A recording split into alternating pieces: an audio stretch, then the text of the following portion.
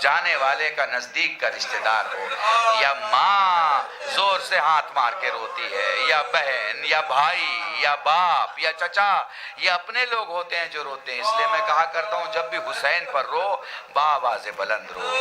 دیکھو جب کوئی میت ہوتی ہے تو 3 قسم کے رونے والے ہوتے ہیں، ایک گلی والا روتا ہے، ایک پڑوس والا روتا ہے، اور ایک گھر والا روتا ہے۔ خدا نہ کرے ہماری زندگی میں وہ دن آئے جب ہم حسین پر گلی والوں کی طرح رو، خدا نہ کرے ہماری زندگی میں وہ دن آئے جب ہم حسین پر پڑوس والوں کی طرح رو۔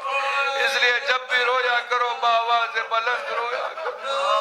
جزاکم اللہ، خدا تمہیں کوئی غم نہ دے سوائے غم سید الشہداء کے۔ بس چند جملے مصائب کے سن لو اور مجلس تمام ہے۔ ابھی آپ نے پوری عزاداری کی، کئی جگہ مجلسیں تھیں، تھک گئے ہوگے، 2 جملے مجھ سے سن لو۔ سید سجاد سے سائل سوال کرتا، مولا میں غریب ہوں۔ فرمایا کیا تو سچ مچ غریب ہے؟ وہ کہتا ہے جی مولا میں غریب ہوں۔ پلٹ کے مولا نے ایک سوال کیا، یہ بتا اگر خدا نہ کرے تو مر جائے تو تجھے دفن کیا جائے گا یا دفن نہیں کیا جائے گا؟ وہ پلٹ کے کہتا ہے مولا مسلمانوں کی بستی میں مسافر اگر مر جائے تو اسے چھوڑا نہیں جاتا، اسے دفن کیا جاتا ہے۔ سجاد پلٹ کے فرماتے ہیں پھر تو غریب نہیں ہے، غریب تو میرا بابا حسین تھا۔ جزاکم اللہ، خدا تمہیں کوئی غم نہ دے سوائے غم سید الشہداء کی۔ سائل سید سجاد سے سوال کرتا ہے مولا یہ بتائیں کربلا میں سب سے زیادہ آپ کے بابا کو کس نے پکارا؟ سجاد رو کے فرماتے ہیں میرے بابا کو سب سے زیادہ میرے بھائی قاسم نے پکارا۔ جزاکم اللہ۔ بس آخری جملے مصائب کے اور مجلس تمام ہے۔ وہ سوال کرتا ہے مولا وہ کیسے ہے؟ فرمایا قاسم کربلا کا اکلوتا شہید ہے جس کے پاؤں رکاب میں پھنس گئے تھے۔ پھر جیسے جیسے گھوڑا آگے جاتا قاسم کھنچتا ہوا جاتا۔ پھر کچھ یوں ہوا تھوڑی دیر کے بعد کہ ادھر کے گھوڑے ادھر ہو گئے، ادھر کے گھوڑے ادھر ہو گئے۔ حسین کا زندہ قاسم ٹکڑوں میں، کچھ ٹکڑے ادھر اور کچھ ادھر۔ جزاکم اللہ۔ بس آخر جملہ، حسین قاسم کے پاس پہنچے مگر قاسم کو نہیں پایا۔ تاریخ میں جو جملے علامہ مرحوم رشید ترابی کہا کرتے تھے، زمین کربلا پر حسین بیٹھے، امامہ اتارا زمین پہ رکھا، آسمان دیکھ کے فرماتے ہیں واہ غربتا، میرے اللہ میں غریب ہو گیا۔ حسین کی آنکھوں کے سامنے دھواں تھا، ابا بچھائی، جیسے ہی ٹکڑا اٹھانا چاہا حسین کو دکھائی نہیں دے رہا تھا۔ اپنے کاندھے پہ وزن محسوس کیا، پلٹ کے دیکھا حسن ایک ٹکڑا لے کے کھڑے تھے، بھیا حسین میرے قاسم کی قربانی میں کوئی کمی تو نہیں ہوئی؟ ہائے گٹھری اٹھائی، کندھے پہ رکھی، خیمے میں آئے، ہائے کربلا علی القوم الظالمین وسيعلم الذين ظلموا أي منقلب ينقلب إنا لله وإنا إليه راجعون۔ پروردگار ہمیں جو غریب ہو ان کو تونگر بنا، بیمار و بیمار کربلا سید سجاد کے صدقے شفائے کلی عطا فرما، مرحومین و مرحومات کی مغفرت فرما، حضرت حجت کے ظہور میں تعجیل فرما، سب کو ان کے ناصرین میں شمار فرما۔ ربنا تقبل منا انک انت السمیع العلیم بحق محمد وآلہ طیبین الطاہرین بفضلک ورحمتک یا ارحم الراحمین۔ ماتم حسین۔